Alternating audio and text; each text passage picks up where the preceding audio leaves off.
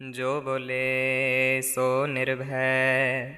भगवान वाल्मीकि जी महाराज की जय। जो बोले सो निर्भय। श्री श्री 108 सतगुरु गुरु ज्ञाननाथ जी महाराज की जय। सर्वत साध संगति की जय। परम पिता परमात्मा भगवान वाल्मीकि महाराज जी का फरमान है कि श्री राम जी बोले, हे मुनीश्वर, यह जो नाना प्रकार के पदार्थ भासते हैं वह सब नास रूप हैं, इनकी आस्था मूर्ख करते हैं। यह तो मन की कल्पना करके रचे हुए हैं, उनमें से किसकी आस्था करूं हे मुनीश्वर। अज्ञानी जीव का जीवना व्यर्थ है, क्योंकि जीने से उसका अर्थ कुछ सिद्ध नहीं होता। जब कुमार अवस्था होती है तब मूढ़ बुद्धि होती है, उसमें कुछ विचार नहीं होता। जब युवा अवस्था आती है तब काम क्रोधादिक विकार उत्पन्न होते हैं, उससे सदा ढपा रहता है। जैसे जाल में पंखी बंधा जाता है और आकाश मार्ग को देख भी नहीं सकता, तैसे काम क्रोध आदि से ढपा हुआ जीव विचार मार्ग को देख नहीं सकता। जब वृद्ध अवस्था आती है तब शरीर जर्जरीभूत और महादीन हो जाता है, फिर शरीर को भी त्याग देता है।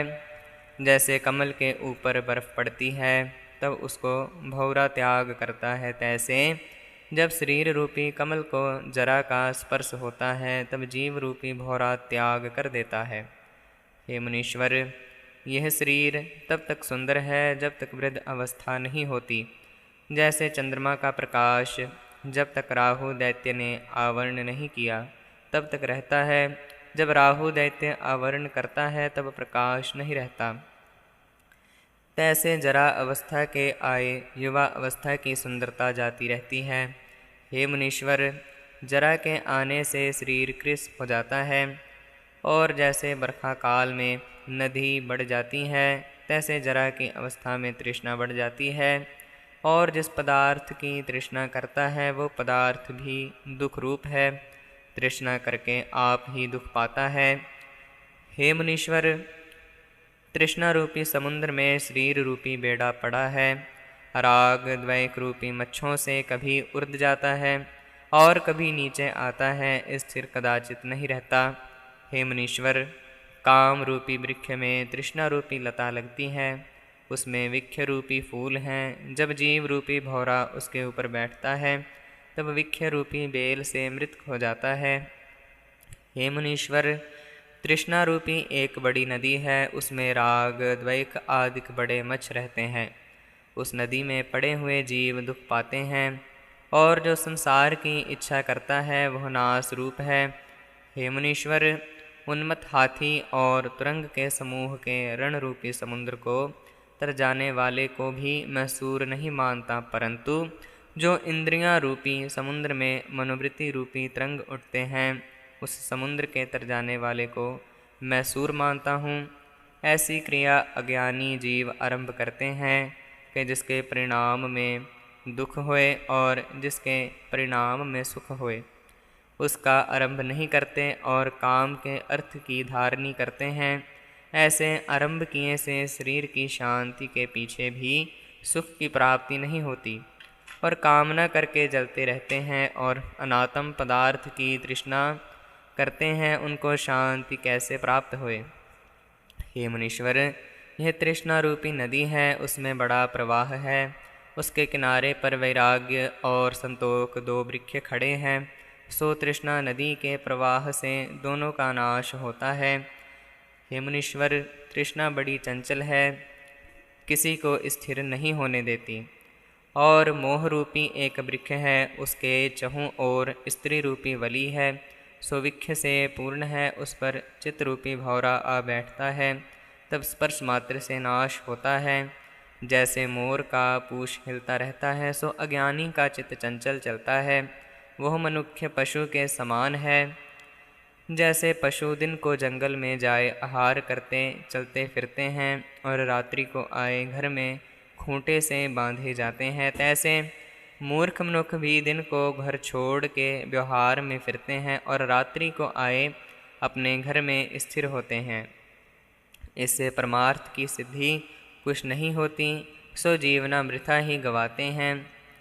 बाल्य अवस्था में तो शून्य रहता है और युवा अवस्था में काम से उन्मत्त होता है, सो काम करके चित्तरूपी उन्मत्त हस्ती स्त्री रूपी कंदरा में जाए स्थित होता है। वह भी खैंड भंगुर है। फिर वृद्ध अवस्था आती है, उससे शरीर कृश हो जाता है। जैसे बर्फ से कमल जर्जरी भाव को प्राप्त होता है, तैसे शरीर जरा अवस्था में जर्जरी भाव को प्राप्त होता है और सब अंग क्षीण हो जाते हैं और एक तृष्णा बढ़ जाती है। हे मुनीश्वर, यह जीव मनुष्य रूपी पर्वत पर आए आकाश के फल रूपी जगत के पदार्थों की इच्छा करता है, सो नीचे से नीचा गिरकर राग द्वैत रूपी कंटक वृक्ष में जा पड़ेगा। हे मुनीश्वर, जितने जगत के पदार्थ हैं वह सब आकाश के फूल की न्याय नासवान हैं। इनमें आस्था करनी मूर्खता है, यह शब्द मात्र हैं, इससे अर्थ सिद्ध कुछ नहीं होता। और जो ज्ञानवान पुरुष हैं उनको विषय भोग की इच्छा नहीं रहती, क्योंकि आत्मा के प्रकाश से उनको विषय भोग की इच्छा नहीं रहती, क्योंकि आत्मा के प्रकाश से उनको मिथ्या जानते हैं। हे मुनीश्वर, ऐसे ज्ञानवान पुरुष दुर्विज्ञेय हमको तो स्वप्न में भी नहीं भासते, और ऐसे विरकत आत्मा दुर्लभ है कि जिनको भोगों की इच्छा नहीं और सर्वदा ब्रह्म की स्थिति में भासते हैं। ऐसे पुरखों को संसार की कुछ इच्छा नहीं रहती, क्योंकि यह पदार्थ नाश रूप हैं। हे मुनीश्वर, जैसे पर्वत को जिस ओर देखिए तो पत्थरों से और पृथ्वी मृतिका से, वृक्ष काष्ठ से और समुद्र जल से पूर्ण दृष्ट आते हैं, तैसे शरीर अस्थि मांस से पूर्ण भासता है। यह सब पदार्थ पांच तत्व से पूर्ण और नाश रूप है। ऐसा रूप ज्ञानी जान के किसी की इच्छा नहीं करता। हे मुनीश्वर, यह जगत सब नाश रूप है, देखते देखते नाश हो जाता है। इसमें मैं किसका आश्रय करके सुख पाऊं? जब युग की सहस्र चौकड़ी होती है तब ब्रह्मा का एक दिन होता है। उस दिन के क्षय हुए से सब जगत का प्रलय होता है। फिर ब्रह्मा भी काल से नाश होता है, और ब्रह्मा भी जितने हो गए हैं उनकी संख्या नहीं हो सकती। असंख्य ब्रह्मा नाश हो गए हैं, तो हम सारथियों की क्या वार्ता है। हम किसी भोग की वासना नहीं करते, क्योंकि सब चल रूप है, कुछ स्थिर रहने का नहीं और सबका स्वरूप है। इनकी आस्था मूर्ख करते हैं, इनके साथ हमको कुछ प्रयोजन नहीं। जैसे मृग मारुथल को देख जलपान करने को दौड़ता है और शांति नहीं पाता, तैसे मूर्ख जीव जगत के पदार्थों को सत्य जानकर तृष्णा करता है, परंतु शांति नहीं पाता, क्योंकि सब असार रूप हैं और स्त्री पुत्र कलत्र जब तक शरीर नष्ट नहीं होता तब तक भासते हैं। जब शरीर नष्ट हो जावेगा तो जाना ना जावेगा कि कहाँ गए और कहाँ से आए थे। जैसे तेल और बत्ती से दीपक बड़ा प्रकाशवान दृष्ट आता है, जब बुझ जाता है तब जाना नहीं जाता है कि कहाँ गया। जैसे बत्ती रूप बांधव है और उसमें स्नेह रूपी तेल है, उससे जो शरीर भासता है सो प्रकाश है। जब शरीर रूपी दीपक का प्रकाश बुझ जाता है तब जाना नहीं जाता कि कहाँ गया है। हे मुनीश्वर, यह बांधवों का मिलाप ऐसा है जैसे उस यात्रा में स्नेह करना मूर्खता है, तैसे इनमें स्नेह करना मूर्खता है। हे मुनीश्वर, अहम ममता की रस्सी के साथ बांधे हुए घटी यंत्र की न्यायी सब जीव भ्रमते फिरते हैं, उनको शांत कदाचित नहीं होती। यह देखने मात्र को तो चेतन दृष्ट आता है, परंतु पशु और बंदर इनसे श्रेष्ठ है। इनकी सम्मति देह और इंद्रियों के साथ बंधी हुई है और आगमा पाई है। उनको आत्म पद की प्राप्ति होनी कठिन है। जैसे पवन से वृक्ष के पत्ते टूट के उड़ जाते हैं, फिर उनको वृक्ष के साथ लगना कठिन है, तैसे जो देह आदिक से बांधे हुए हैं उनको आत्म पद का पाना कठिन है। हे मुनीश्वर, जब आत्म पद से विमुख होता है तब जगत को ब्रह्म देखता है, और जब आत्म पद की ओर आता है तब संसार इसको बुरा विरस लगता है। और ऐसा पदार्थ जगत में कोई नहीं जो स्थिर रहे। जो कुछ पदार्थ हैं सो नाश को प्राप्त होते हैं, इससे मैं किसकी आस्था करूं और किसका आश्रय करूं? सब नाशवंत भासते हैं, वह पदार्थ मुझको कहिए जिसका नाश ना होए। इत श्री योग वशिष्ठे वैराग्य प्रकरणे सर्व पदार्थ अभाव वर्णम नाम 22वां सर्ग।